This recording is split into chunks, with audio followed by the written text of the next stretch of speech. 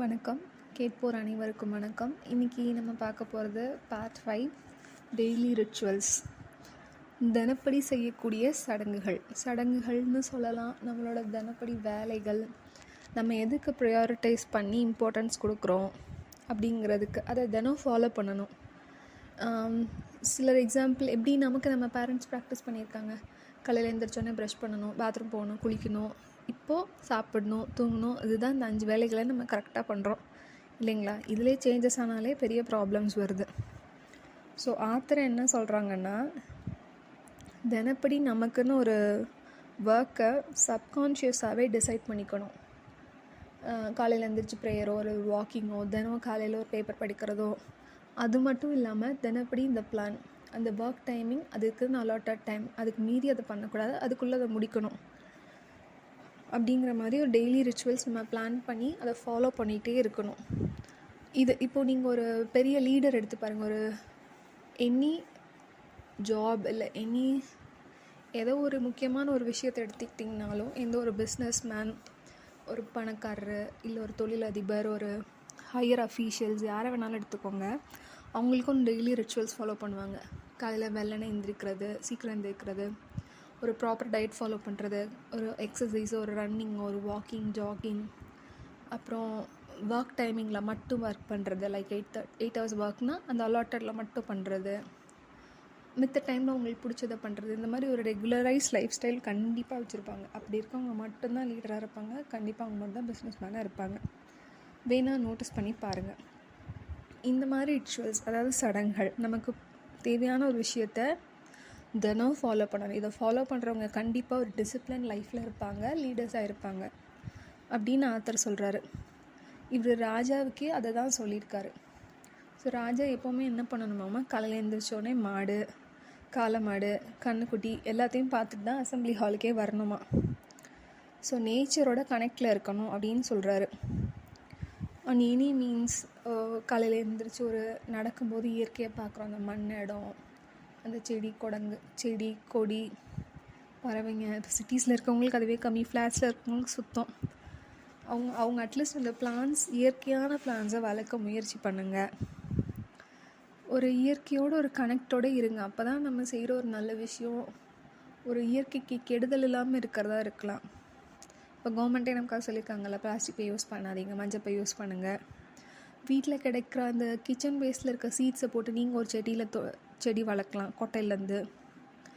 Something which does not harm the nature, that makes then try to make these all things in your rituals. ஒரு ஸ்டடியில் தான் அதை கண்டுபிடிச்சிருக்காங்க. இந்த daily ரிச்சுவல்ஸில் follow பண்ணுறவங்க கண்டிப்பாக ஒரு டிசிப்ளின் லைஃப்பை லீட் பண்ணுவாங்க. அவங்க கண்டிப்பாக லீடர்ஷிப் குவாலிட்டிஸ் அவங்கக்கிட்ட இருக்கும். ஸோ இதை ஆத்தர் சொல்லியிருக்கிறாங்க. நெக்ஸ்ட் எதையுமே காலையில் பண்ணணும் அப்படின்னு ஆத்தர் சொல்கிறாரு. இப்போது நீங்கள் ஒரு ப்ரேயர் பண்ணுறீங்க, அது எதுவாக வேணாலும் இருக்கலாம். ப்ரேயர் பண்ணுறாங்க, ஒரு நம்ம மனசில் இருக்கிறத ஒரு வேண்டுதலாக வச்சு ப்ரேயர் பண்ணுறோம். எந்த மாதிரி சாமியை வேணாலும் கும்பிட்டுருக்கலாம். அதை காலையிலே பண்ணிடுங்க அப்படின்னு சொல்கிறாரு. அப்படி பண்ணும்போது நமக்கு என்ன வேணும், நமக்கு என்ன ஆசை, எதை பண்ணால் நல்லாயிருக்குங்கிற அந்த ஒரு ப்ரீஃப் நம்மளறியாமல் நம்ம மனசுலேருந்து நம்ம வாய் வழியாக வந்துடும். கரெக்டுங்களா? ஸோ அப்படி தினம் பண்ணிகிட்டே இருக்கும்போது it will happen on some day. Maybe first சீக்கிரம் நடக்கலாம், லேட்டாக நடக்கலாம், ஆனால் நடந்துடும். ட்ரை பண்ணி பார்த்துருக்கீங்களா? அதை எதனாலும் காலையிலே பண்ணிடுங்க. இல்லாட்டி அந்த ஒர்க்கை ஸ்கிப் பண்ணிங்கன்னா நம்மளோட வேறு அதர் ஒர்க் டிமாண்ட் பண்ணும், அதை இன்றைக்கி பண்ண வேண்டாம், இந்த ஒர்க் அங்கே முடிச்சிருங்க.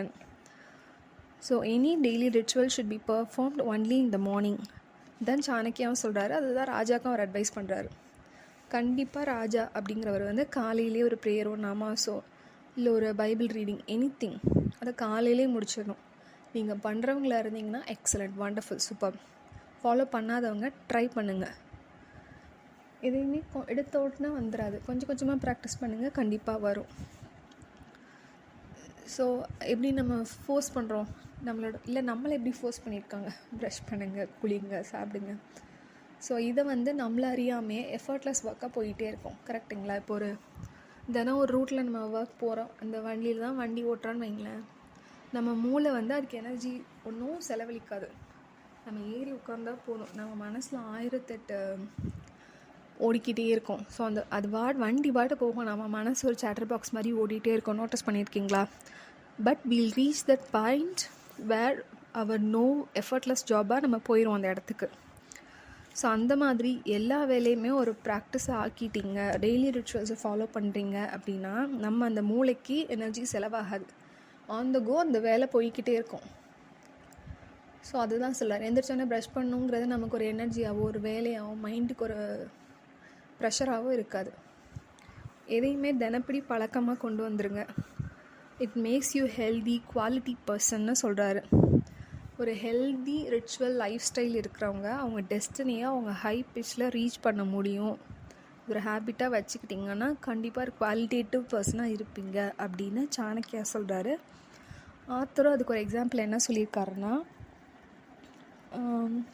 அவருக்கு தினம் காலையில் ஒரு 2 hours உட்காந்து எழுதணும் அப்படின்னு நினச்சிருக்காரு. அதை கொஞ்ச நாளில் ஒர்க் அவுட் பண்ண ட்ரை பண்ணியிருக்காரு. முதல்ல கொஞ்ச நாள் கஷ்டமாக இருக்குது, அவரால் அந்த 2 hours ஸ்பெண்ட் பண்ணி எழுத முடியல. அது போக போக அவருக்கு ஒரு பழக்கம் ஆகிடுச்சு. தினம் 2 hours என்ன எழுத போகிறோன்னு யோசிச்சிட்டே இருந்தவர் 2 hours சாலிடாக எழுத ஆரம்பிச்சிருக்காரு. அவரால் எழுதாமல் இருந்தால் அவருக்கு ஒரு கஷ்டமாக இருக்குது. ஸோ அவர் அதை டெய்லி ரிச்சுவலாக கொண்டு வந்தார். ஸோ அதை ஃபாலோ பண்ணனால அவர் ஒரு பெஸ்ட் செல்லிங் ஆத்தராகவும் இருக்கிறார். மிஸ்டர் சாணக்கியா அப்படிங்கிறவரை பற்றி அவர் படித்து எழுதுனதுனால ராதாகிருஷ்ணன் பிள்ளைங்கிற அவங்களோட புக் பெஸ்ட் செல்லிங்காக இருக்குது. ஸோ இதை நோட்டீஸ் பண்ணுங்கள். நம்மளோட டெய்லி ரிச்சுவல்ஸ் ஹேபிட்டை தினம் எஃபர்ட்லெஸ் ஒர்க்கை கொண்டு வந்துட்டிங்கன்னா யூல் ரீச் த ஹைட் அப்படின்னு ஆத்தர் சொல்கிறாங்க. எதையுமே ரெகுலர் ப்ராக்டிஸ்க்கு கொண்டு வாங்க. முதல்ல ஃபோர்ஸ் பண்ண மாதிரி தான் இருக்கும், ஆனால் போக போக அது உங்களுக்கு ஒரு பாசிட்டிவ் வைப்பை கண்டிப்பாக கொடுக்கும். Psychologically will be a positive person. அது கண்டிப்பாக நமக்கு எந்த வேலையுமே ஒரு எஃபர்ட்லெஸ்ஸாக ஒரு பிரெயின் ப்ரெஷர் இல்லாமல் எனர்ஜி லாஸ் ஆகாமல் செய்யும்போது நம்ம அதை ஒரு அசால்ட்டாக பண்ணிடுவோம் தினப்படி வேலையாக. கொஞ்ச நாளில் அதை நம்ம என்ஜாயும் பண்ண ஆரம்பிச்சிடுவோம். அது நமக்கு பிடிச்ச வேலையை ஃபாலோ பண்ணுறவங்களா இருக்கணும்.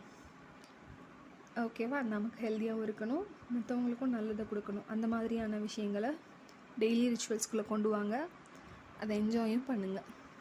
Don't postpone or skip the today's work. So try to make every thing.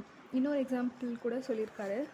ஒரு டாப்பர் ஸ்டூடெண்ட் கிட்ட கேட்டிருக்காங்க, எப்படிமா நீ டாப்பராக வந்த அப்படின்னு சொன்னப்போ அந்த பொண்ணை சொல்லியிருக்கு, இவரை மாதிரியே நான் தினம் கொஞ்சம் நேரம் ஒரு 2 to 3 hours படிக்கணும்னு நினப்பேன். அதை படிச்சுட்டே இருந்தேன். அந்த எக்ஸாம் முன்னாடினாலும் சரி பின்னாடினாலும் சரி எக்ஸாம் அன்னைக்கினாலும் சரி நான் படிச்சுட்டே இருப்பேன். ஸோ எனக்கு படிக்கிறது பிடிச்சிருந்துச்சு. ஸோ எக்ஸாம் எழுதுகிறப்போ எனக்கு ஒரு எஃபர்ட்லெஸ் ஒர்க், நான் படிச்சிருந்தேன், அதை எழுதிட்டேன், அவ்வளோதான். இதுக்காக அன்னைக்கு கஷ்டப்பட்டு அன்னைக்கே வாமிட் பண்ணி அந்த மாதிரி பிரச்சனை எதையுமே அப்படி பண்ணிக்க வேண்டாம். தினம் ஃபாலோ பண்ணோன்னா நமக்கு அது எஃபர்ட்லெஸ் ஒர்க் ஆகிடும். ரிச்சுவல்ஸை ஃபாலோ பண்ண மாதிரி இருக்கும், நமக்கு அது பிடிச்சதாக செய்யணும். அப்படி ஃபாலோ பண்ணுங்கள் அப்படின்னு ஆத்தர் சொல்லியிருக்காரு. சாமி கும்பிட்றது மட்டும் இல்லைங்க, உங்களுக்கு பிடிச்ச விஷயங்களை தினப்படி செய்ய ஆரம்பிங்க, அது உங்களுக்கு போக போக பிடிக்கவும் ஆரம்பிக்கும். So hear me with Abhi. We'll hear you in the next episode. Bye.